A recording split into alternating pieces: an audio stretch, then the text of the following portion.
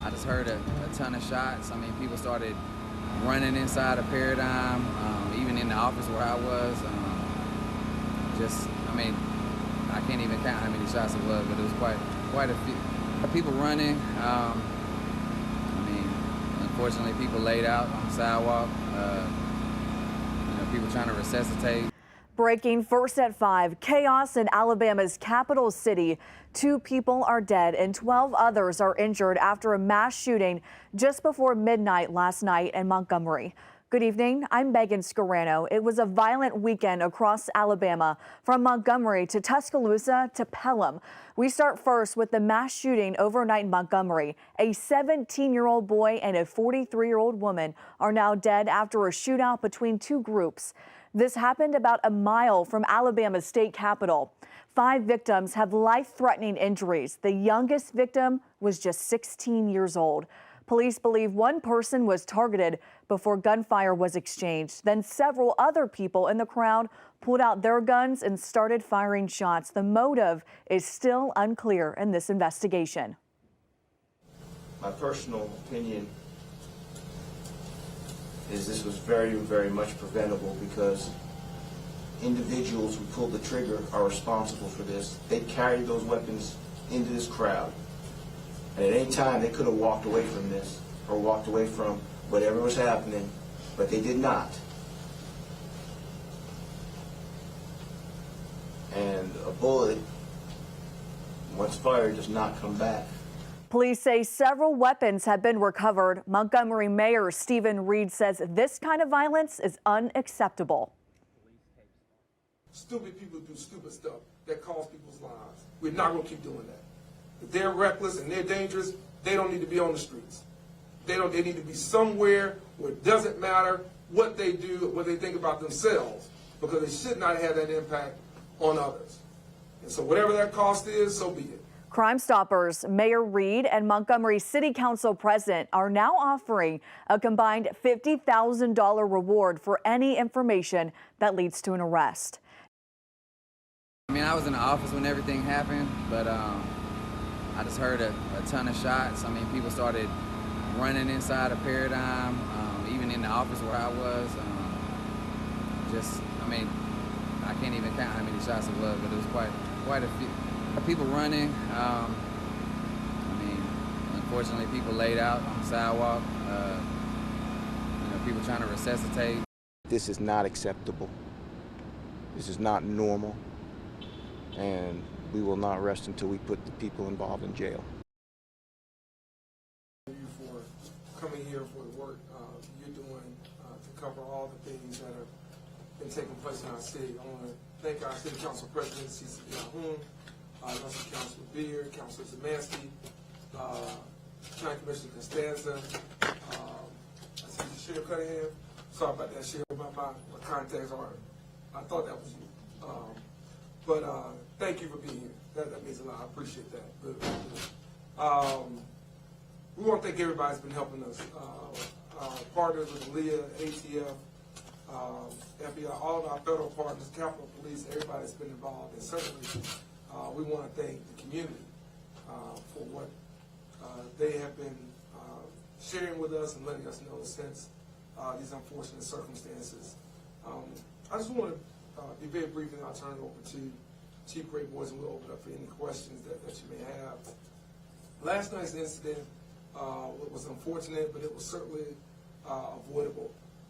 It was an incident of bad judgment, selfish behavior, and one that truly put the lives of many, many innocent people in danger. This weekend, we have had thousands of people come to our city for things like the State Fair, for things like homecomings and other football games that we've had going on, along with other events that have been going on around the city. 99.99% of people have been great. Our community partners have been great. Our law enforcement has been outstanding in covering these events and covering things in the city. Our community has been great. A lot of great fun that's been had and shared along these last several days. But unfortunately, it only took one or two bad people with bad intentions to change not only their fortunes, but the fortunes of many, many other innocent people. People who really should not have been caught in anything that took place, and something, again, that we prepared for. Talking with Chief Great Boys leading up to this weekend, talking about coverage at the State Fair, talking about coverage at ASU's homecoming, talking about coverage at the Morehouse Tuskegee Classic, and talking about coverage in our neighborhoods for those who are just going about their day. Our law enforcement officers were not off. They were encouraged not to be off, strongly encouraged. They adhered to that. They sacrificed. They missed some ball games. They missed some birthdays because they were protecting and serving this community. And even with that, and having a couple of units within a short distance, we had something like this happen because of a disagreement, because of something that, again, we believe could have been avoided and should have been. And I want the community to be well aware that for us, this is not acceptable. We're not going to normalize this. We're going to do whatever we can, not only to arrest those responsible, we're going to do whatever we can to arrest those connected in any way, who knew what may have happened or who knew what could take place. We're not going just to stop with those folks that were pulling the trigger last night. For us, it's a lot deeper than that, because the impact is a lot deeper than that. The impact is beyond those who were physically injured, those who were mentally and emotionally injured, those who are working downtown, those who live downtown, those who do business and own businesses downtown. That's a problem for us. And so, Chief Great Boys and I have been in talks consistently throughout the night about this issue, this incident, and we're going to leverage all the resources and all the partnerships that we have to that. So I want us just to be very clear that this is not going to be accepted here, and we're going to look at every issue that we can. We'll look at every ordinance that we can talk to the city council about. If we find some bad actors there, we're going to talk to them about that and ask for their support, which they've already agreed to give. But we're going to look at everything that we can, because this does not fit Montgomery. This is not who we are. This is not who we have been. When you have all the events going on that we had this weekend, with a lot of celebration, a lot of economic impact, a lot of goodwill and support for charities, Kiwanis Club, so many other organizations that are doing good things, it is just, to me, very problematic that it only took one or two people a few seconds to do something very stupid and very dangerous that cost the lives of two people right now and may impact many, many others moving forward. And with that, I just want to say to the families, we've been praying for you since we heard about this. Our church prayed for the entire community. I know faith leaders who reached out to me all around this community did so as well. We're grateful for those prayers, and we're grateful for the actions as well of innocent people who came to help their neighbor, who came to help people and strangers they didn't even know before this circumstance, before this situation. So we're going to be in touch with those families, and we're going to make sure those families understand how much we grieve with them. And we know that it may not be the same as someone who has lost that person who they were just talking to minutes or hours before and won't have that opportunity again. And for those that are injured and may not necessarily have the same outcome, but who have physical or mental scars that will have to be dealt with moving forward. So we're going to talk to them, and I plan to reach out to them, specifically myself, and we're going to continue to make sure this is a top-line priority, not only for our city, but our community. And I think by looking at the leadership that we have here, again, across the city and across the county, you can tell that this is all hands on deck, and everybody's on one accord to do whatever needs to be done to make sure we bring the criminals to justice swiftly, and that we make sure justice is served severely. To send a message that that this is not going to be accepted in Montgomery now or at any time moving forward. With that, I'll turn over to Chief Grayboy to provide any facts and details, and then I'll come back and I'll take questions, and I'll close it out with some other thoughts that we want to share as well. Chief. Thanks, sir.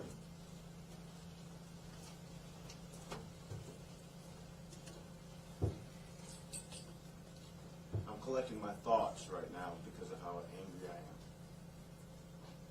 So I'll ask your forbearance as some of that might show through. Last night at 11:31, our officers responded to reports of shootings that they could hear over there at the corner of Bibb and Commerce Streets. As a result of this incident, we now presently have 14 confirmed total victims of this shooting. Of those 14 confirmed victims, 2 are deceased. 2 are no longer with us.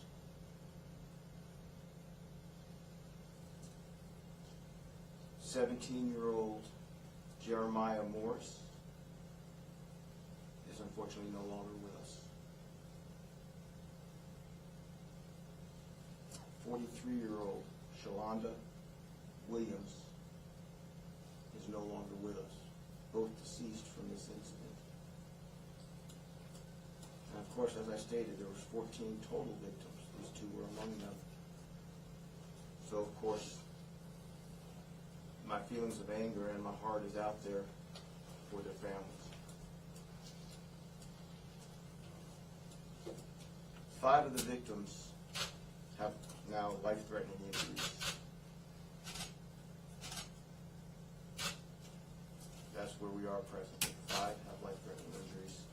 7 have non-life-threatening injuries. Breakdown on this bothers me, and every victim bothers me. I take it very personally. But this is of note. 7 of the victims are under the age of 20. The youngest of these victims is 16 years old.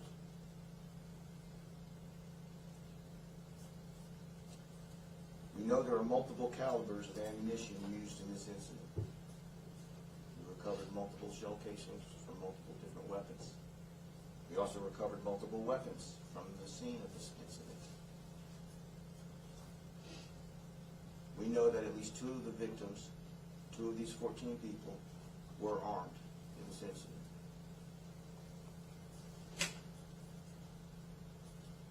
This started as a result of an individual, one of these 14, who we believe was targeted, in which basically an exchange of gunfire erupted. When that exchange erupted, multiple people in the crowd, this was a crowded area, pulled their own weapons and started discharging. Now, as you can imagine, that could be a very chaotic situation, and every weapon has to be accounted for, and every piece of evidence has to be processed. Now, one thing I want to make perfectly clear, we are bringing every resource to bear. I've been in communication with multiple federal agencies, from the ATF to the FBI to the U.S. Attorney's Office. I've been in communication with U.S. Marshals. My officers have been in communication with the Alabama Fusion Center. Been in communication with Montgomery County Sheriff's Office. I've been in communication with Alabama Law Enforcement Agency. And of course, we've been in communication with the Montgomery County DA's office as well. I'm making this clear because every one of these agencies stands with us and is working with us to pursue the individuals responsible. Now, one thing I want to make clear too is that purposefully I will not release any information that I believe will compromise this investigation. So when we do open it up, I will answer questions as well as I can, but I want people to understand this investigation we are laser focused on, and we are not going to let anything distract us from going after the individuals responsible. I've been in communication with Crime Stoppers, and one thing I want people to be aware of, if anybody has any information, you have a responsibility for this community and to help the people in this community to give that information to us. And I would ask people to call Crime Stoppers at 215-STOP. That's an area code 334. The number actually is 215-7867. They are offering a $5,000 reward to any information that leads to an arrest in this case. Now, we have been questioning multiple individuals in relation to this case as we piece this together, because we really have to reconstruct it to know exactly what took place and to make sure that appropriate charges are brought when we make the charges. But I cannot emphasize enough that we will pursue every avenue available to us, and we're doing it unsenselessly. Never ceasing. All of us have been up for hours and hours and hours, and I will tell you, we are not going to stop until we get this case solved.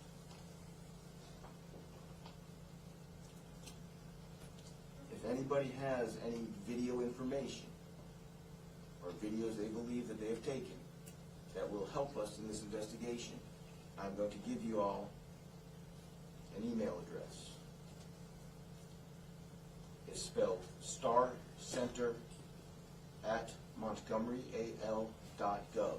Again, that is starcenter@montgomeryal.gov.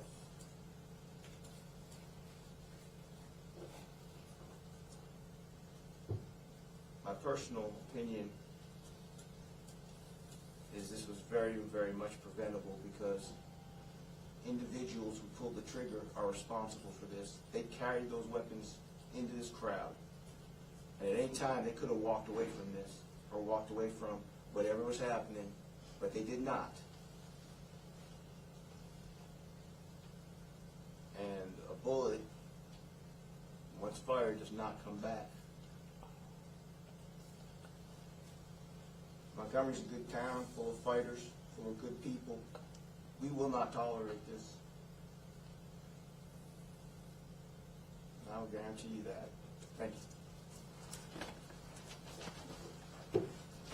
I really want to make a couple of points of clarification. I want to thank Chief and again all the men and women of the Montgomery Police Department, Alabama Law Enforcement Agency, Montgomery County Sheriff's Office, Alcohol, Tobacco, and Firearms, FBI, Capitol Police, DA's office, everybody that has been a part of this over these last several hours. Also recognize some of the council members that were here. I know we had council members Rowley, Johnson, and Mitchell, who were also out there last night with some of the families as well. So I want to recognize them. And again, that's about 3/4 of the council that has either been there or here. So it shows you again level of involvement, level of seriousness that we're taking this as a city.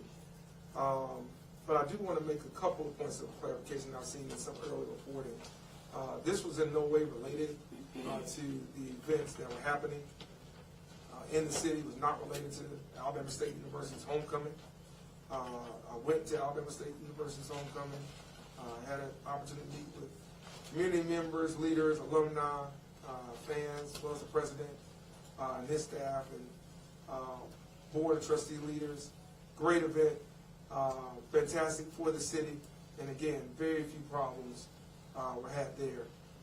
This was not connected in any way to the Morehouse Tuskegee Classic. Again, had the opportunity to talk with community leaders, the president, both institutions, corporate leaders, Walmart and others. Great event, great crowd, really, really great feedback, seeing people of all ages come out to witness what has been a big weekend planned in our city for several weeks.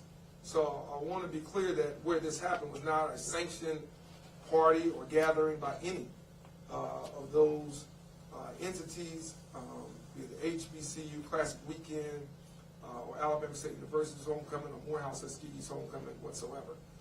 That's a local place with a local establishment, and unfortunately most of the victims, as far as we know, were local and unaffiliated with the institutions or those activities that I mentioned. They were not connected to the Alabama State Fair.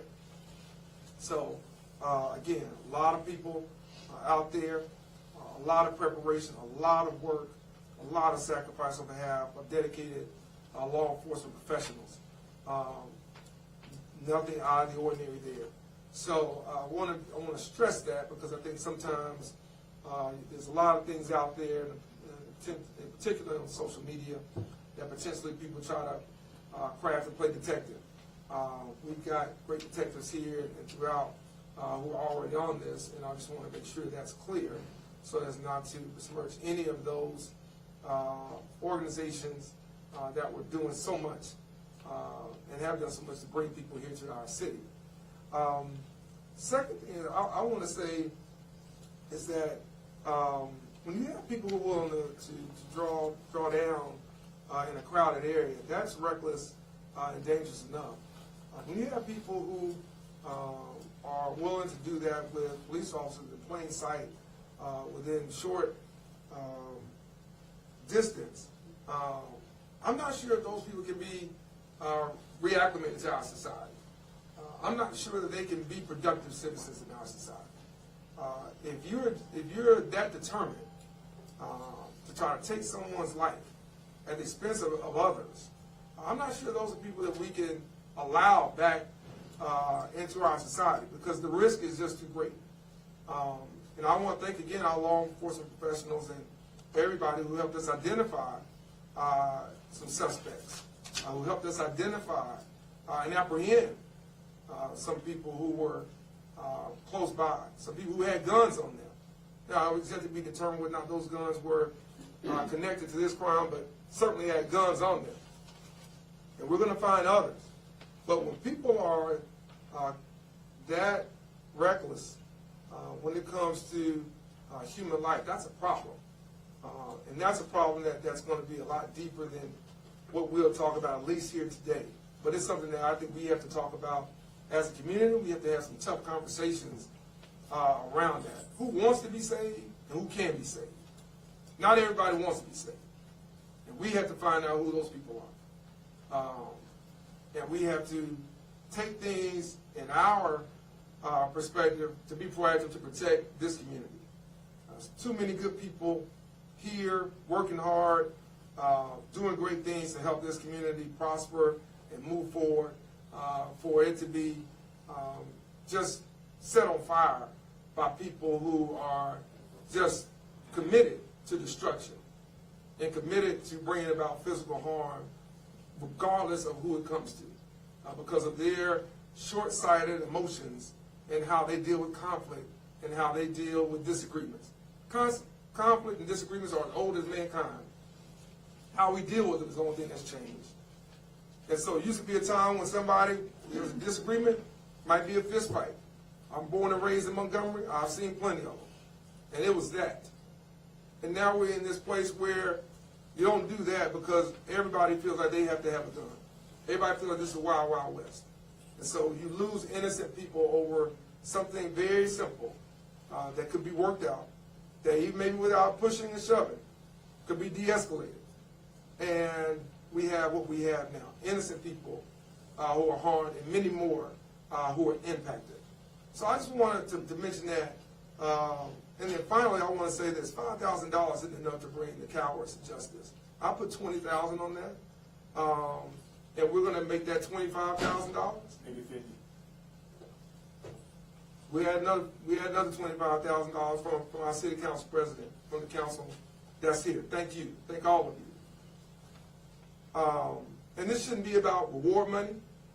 You should feel compelled to come forward because innocent people were harmed last night, and most were just in the wrong place at the wrong time.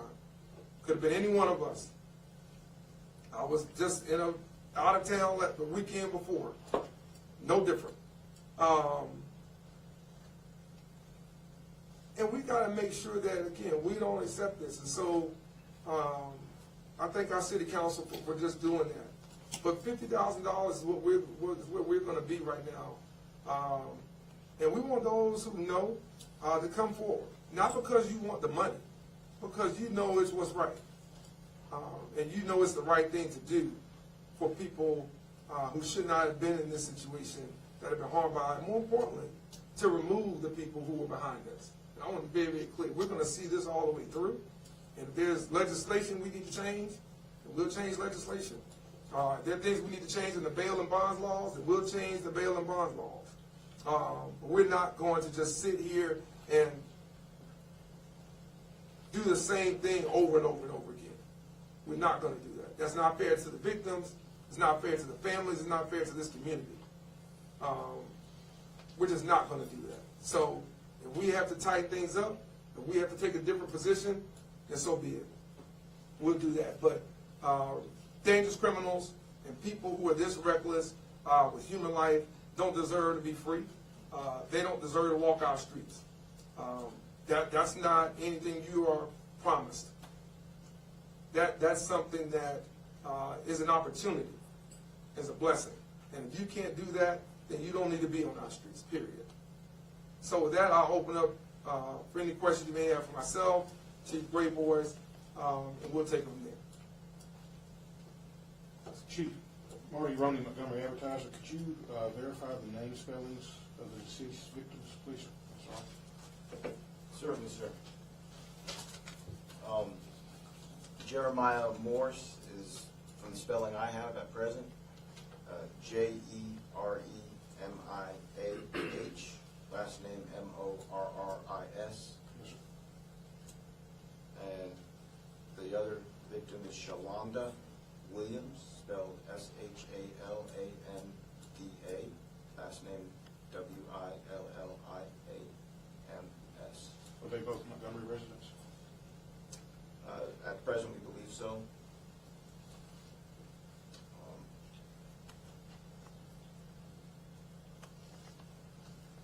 All right. Any other questions? Do we have any indication of what led to the initial altercation? At present, we know, like I stated earlier, one individual got targeted, and then an exchange of gunfire took place. We are still investigating, you could state, the motives and the reasons behind some of that.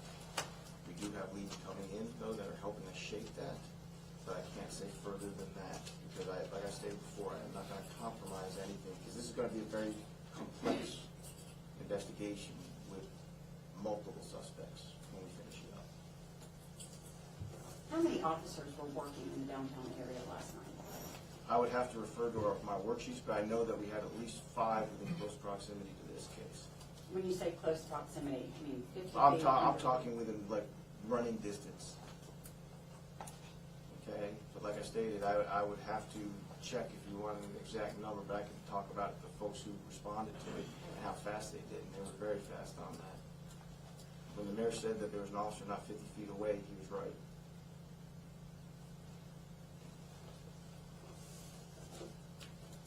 I'm going to ask this question with an apology beforehand, because I know how hard y'all been working and how nerves are raw. But my editor told me to ask it. Does this mean downtown Montgomery is unsafe?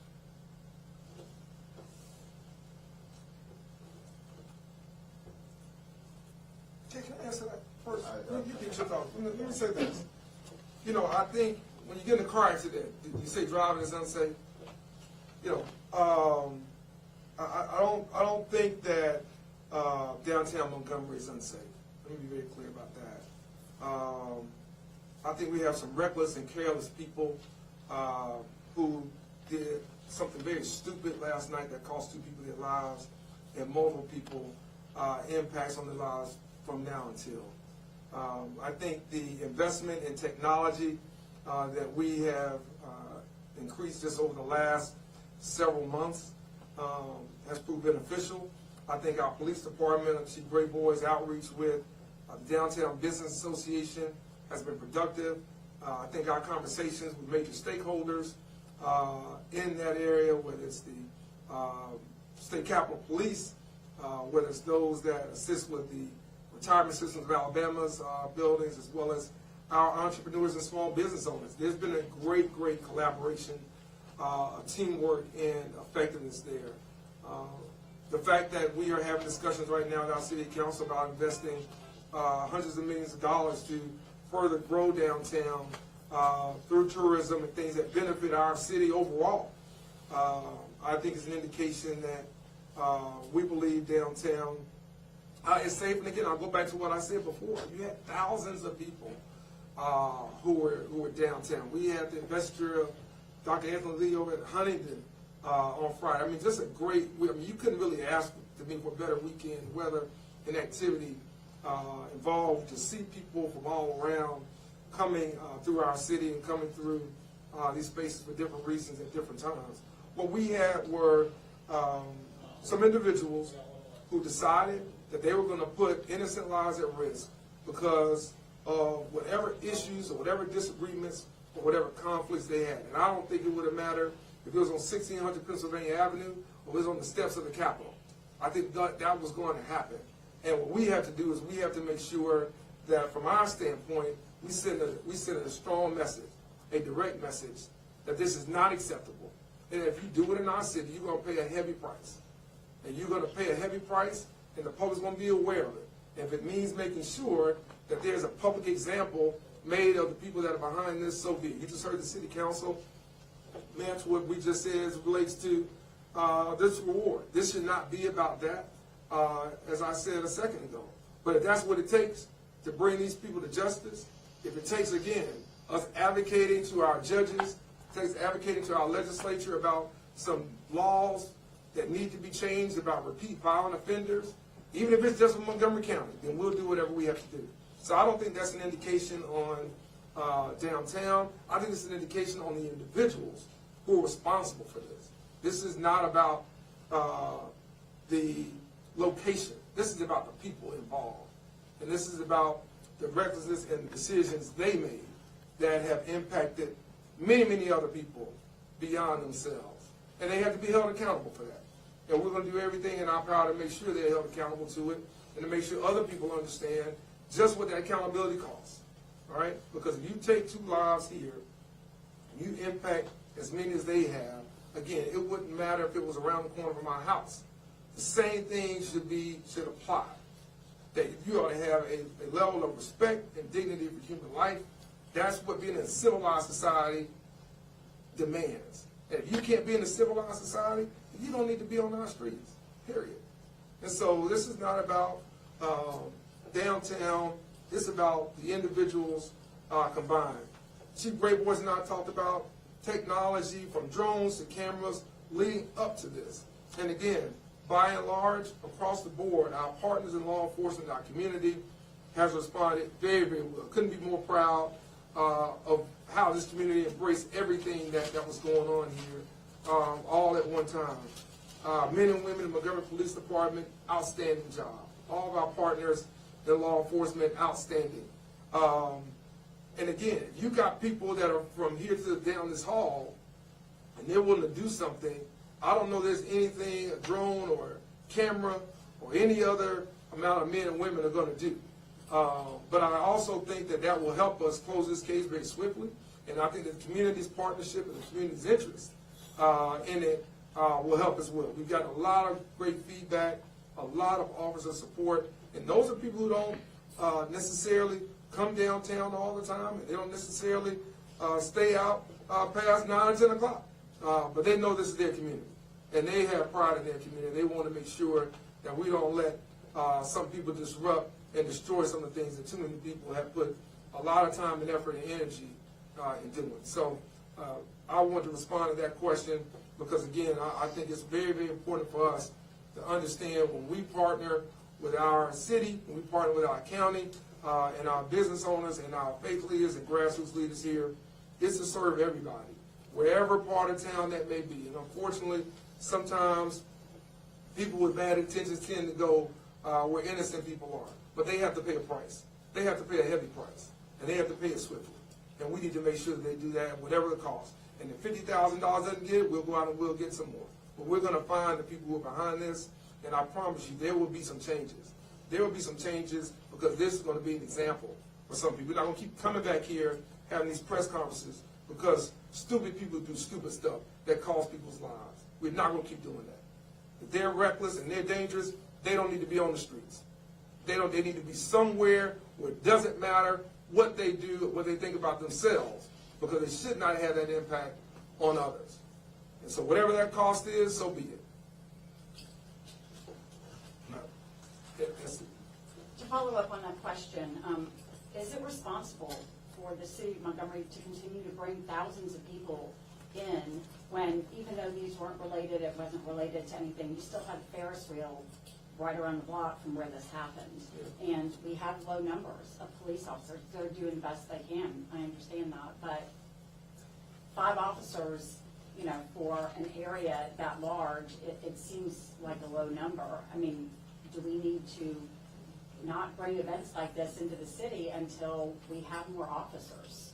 I'll let Chief get to the manpower issue. I'm not sure how many people are knowing down there on that shift at that time. But no, I think the city of Montgomery, we can walk and chew gum at the same time. We're a city that, you know, really has tremendous pride in what we do. And, you know, I didn't get a chance to go out to the fair yet. I was looking forward, I am looking forward to getting out there, but I go out there every year. The thing that I'm always impressed about from the time I was growing up here is what the Kiwanis Club does for so many people, not just in our city, but in our area. And I say that because the fair is a big part of bringing in funds and revenue. And that's a big operation that our police department and sheriff's department and so many folks work hard on year-round. And to have that along with Alabama State University's homecoming, to have that along with, you know, having dignitaries in town for Huntington College's presidential investiture, to have that along with the Morehouse's KEYE Classic is something that our men and women in law enforcement are trained to do. They are committed to do it. And I think for them and our partners, there's been a great amount of collaboration with our partners in law enforcement and also the community. We've had retired law enforcement officers point out things to me and tell me different things, and it's great. I've had people call and text me who are retired to talk about things they're seeing in their neighborhood, in their community, at an event. So we always have additional eyes and ears when we're doing things like this. And I think when you have the type of working relationship that's not transactional, that really is about working with Capitol Police, our Alabama Law Enforcement Agency, that's also working with our federal partners, because we're in constant contact with them, I think it makes these type of events certainly not only possible moving forward, but I think it encourages us. The fact that, you know, again, I know that the number you mentioned that she brought up before, you know, these are people who, listen, this could have been much worse. These are people who have no regard for how many law enforcement officers we have. They're that type of individual. And I think for us to have the sheriff of our county here, to have our police chief here, again, it shows a collaboration. It shows the working relationship that we have, that doesn't matter about jurisdictional roles. To have our city council, our county commission partners here, it doesn't matter. We all live here. We all want to see this community thrive, whether it's a concert or whether it's a race on the river, whether it's a 5K for charity. It doesn't matter. We want to see those things take place, and I feel very confident and felt confident going in to this weekend that we were more than prepared and that we were ready to handle just about anything that would come up. And Chief and I probably talked several times throughout the week, several times on Friday, and then a couple more times even yesterday, about just kind of where things were. And I want to say this. The act of one or two individuals, kind of back to your point, doesn't cloud the entire community. Community has been great. Community has been helpful, has been outgoing, very, very supportive across this city. And we commend them for that, and they have responded. You've gotten some of the messages I've gotten to not approving and not liking what's happening, not going to settle for that as well. They're as angry as we are. And I appreciate that because they understand what we're doing in this city and in this region, and they understand what so many folks around the walls and those that are here in our community do to try to bring events to downtown, to other parts of Montgomery, so that you can unwind with your family, you can unwind with your friends, you can invite people here. And I want to say this, and I'll let the chief give final remarks on the manpower thing. If what happened here only happened here, I might be concerned. And although I'm concerned about why this happened, I know enough, and I talk to enough mayors around the state and enough mayors around the country to know that we all deal with it. It's our worst nightmare, probably, short of a law enforcement officer or a first responder having something serious happen to them. No one wants to have the term mass shooting affiliated with their community. And we all talk about that consistently, about how you prepare, how you plan, and then how do you respond. And I think the fact that we put so much time, effort, and energy in that not only helped us within 2 hours corral some people who they don't have some ties to this. They have some ties to something bad that happened. I can promise you that. They're not just innocent bystanders.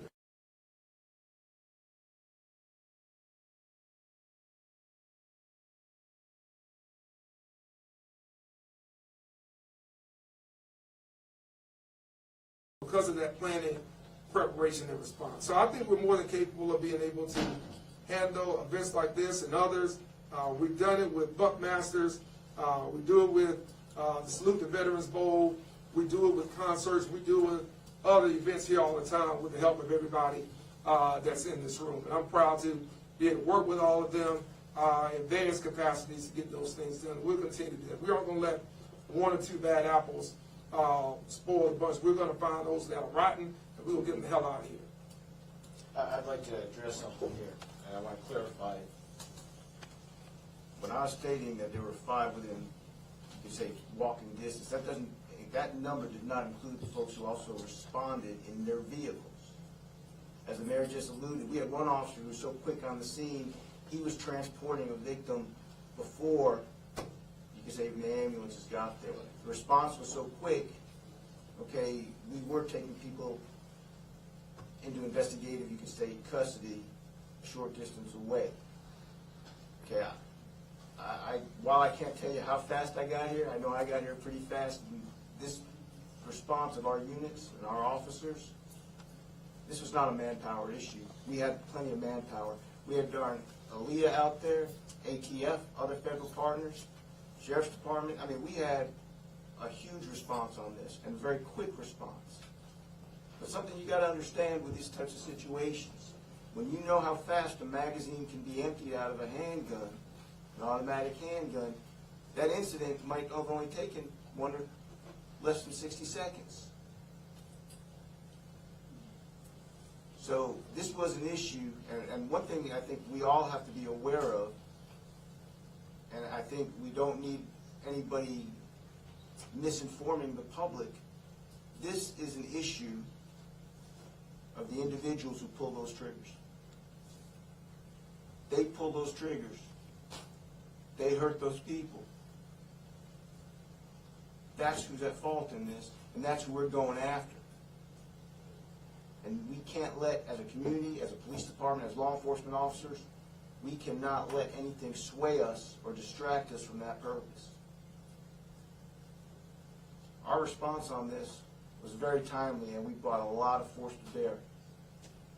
But when you have these many individuals get shot, and you have this type of crime scene, you have to do everything right. Because you only get really one chance at that prosecution.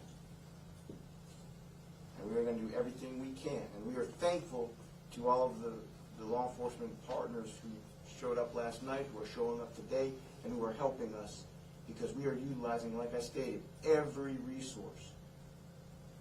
And I'm proud of my detectives and the work that they are doing. I have full confidence in their abilities, and I am so thankful that we can work together as a team to go after these bad actors. But do not forget who's responsible for these shootings. And it's the people who pull those triggers, not just here, but anywhere, but that's who's responsible for this. I'm sorry, we'll come in. Attorney General Steve Marshall, in commenting about the shooting, he said, I don't know the exact quote, but something about he's concerned about what he called the stubborn refusal of officials in Montgomery to acknowledge there's a serious crime problem here. Mayor, do you have any response to what he said? I don't know that one could look at our record objectively and what we've done with our city council and say that there's a refusal to acknowledge crime as an issue in the city of Montgomery. I don't know a major city in the state, and I work with all the mayors in this state, that would say that crime is not an issue in their city. I think if you look at our budget, if you look at the amount of money that we have put into technology, that we have put into our first responders, that we have put into recruiting and retaining the very best and brightest in law enforcement, the type of people that we bring in, casting wide net, bringing back part-time officers, really acclimated to Chief Greatboard's suggestions about addressing issues around manpower, talking to our sheriff about great ideas he has about cadet programs, getting people in that pipeline early, working with our community violence intervention program, funding the Office of Violence Prevention with the council's approval, working with our nonprofit leaders, faith leaders, grassroots leaders. I don't know how one could really make that statement and see what we have been doing here over the last 6 years. I think it's very easy to sit back while you're watching college football and talk about something you don't know about. If the Attorney General ever wants to talk to me about what we've been doing, I'd be more than happy to sit with him. I'll go to him to tell him exactly what we've been doing. But I don't need anybody lecturing me about crime. I've had a gun pointed in my face, and I'll never forget. I wasn't the mayor then. And these people last night won't ever forget what happened to them. And so, you know, I don't need that type of sideline commentary from the state's top law enforcement official. I need solutions. If he's willing to offer some solutions around bail and bond reform, I'm open. We've been talking about that for several years. He's willing to offer some solutions around issues around permitless carry, I'm open. We've been talking about that for several years. So, you know, we've done more than our part. We have engaged community partners that has helped us lower crime in this city. You know, over 26, 27%. And we want that number to be 100%. We're not complacent with that. We're not stubborn to the facts that people handle disagreements very poorly, which resulted in why we're here today. But to say that there's been a refusal is just a lack of awareness, lack of information or education. But I'd be more than happy to talk with him or his staff about what we've been doing and to talk about ways that we can collaborate, not only to make Montgomery safer, but to make the state of Alabama safer. Come right here. I'm sorry. Yes, ma'am. We spoke about the police force's new drones at a press conference recently, and we saw them up in the air last night. How are they assisting specifically in this case? Drones can be utilized so many ways, not only just for visualizing or chasing suspects if you're in a hot pursuit. They can also be utilized to map areas, and when you map areas, it helps you better locate evidence. As I stated before, we are in the process of reconstructing everything, because that is what's going to lead us to a successful prosecution. So drones are utilized in so many different ways that we were really glad to be utilizing them last night. In fact, the ones you saw were being utilized by our allies at Aaliyah, because they had specialized things that they could do with us. So that's what I'm saying. We are working hand in hand with all of the other law enforcement agencies. So we are definitely going to utilize every resource we have on this. So thank you for your question. Are you able to share what types of weapons were used? I know you said there were many. While I can't give you the specifics on that, I will state that the weapons all had magazine capacities. Some of them had very high capacities. When we are better able to release information that won't compromise the case, then I'll be more than happy to revisit that question. You were talking about the preparations beforehand and that you really tried to plan out. You knew there were a lot of people coming in the city. Can you go into that in a little bit more detail? I mean, were the officers required to, work instead of being off, or was there overtime? Did the sheriff's department come in and help in certain areas? What did that look like, the prevention? I mean, you had multiple officers working, and of course, some are on duty full-time, some were working overtime. And you deploy them in the best manner you can to try to respond to various issues. Now, without trying to pull out any type of manuals, I will tell you that we had multiple officers, not only downtown, but we had multiple officers at the fair, and we also had multiple officers at the Crampton Bowl for the events we had going there. But we had enough officers to work. And that's part of police work. That's what we do. We are here to protect people.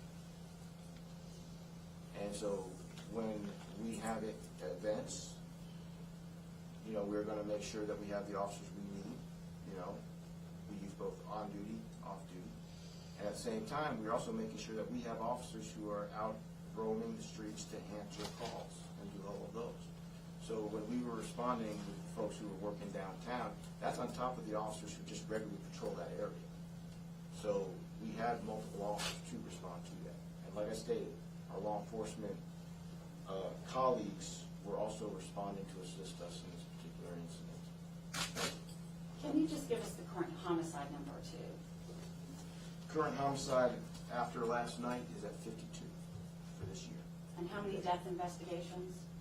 I don't have the death investigations numbers with me, but death investigations are they are a term that literally encompasses everything from a suicide to an overdose to a SIDS. I mean, those, a death investigation, if somebody dies at an age that we think is a little bit odd, then it becomes a death investigation. If we have somebody who dies from an accidental either overdose or an accidental handling of their weapon or something like that, because that does happen, then it becomes a death investigation.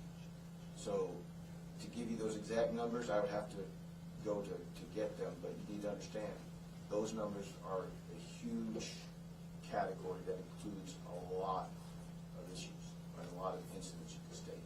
But one thing they do not include is the terms that go directly to homicide, which is the violent taking of intentional taking of life from the individual.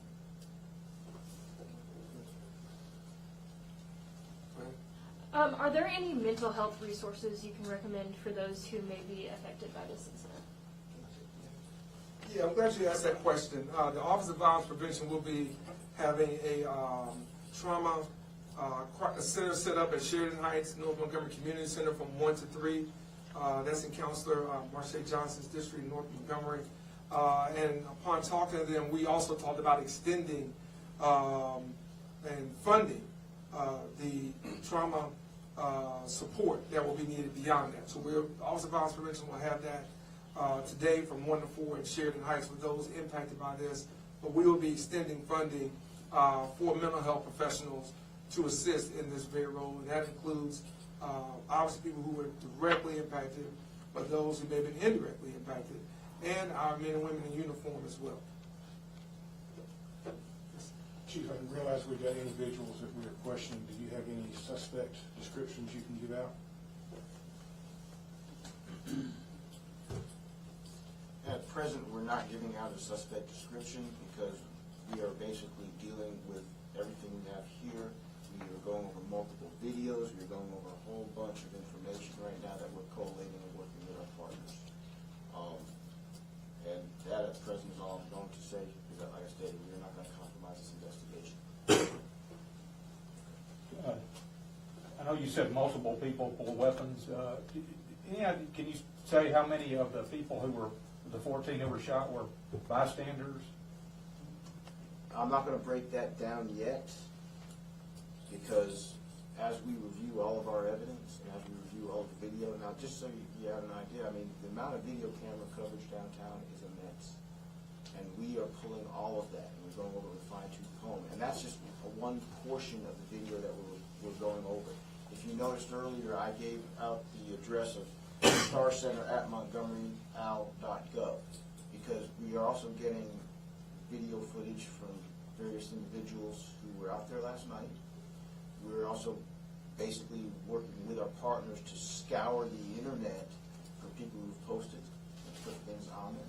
So I mean, there's all sorts of things that we are doing, and there's a lot of information that we are having to collate.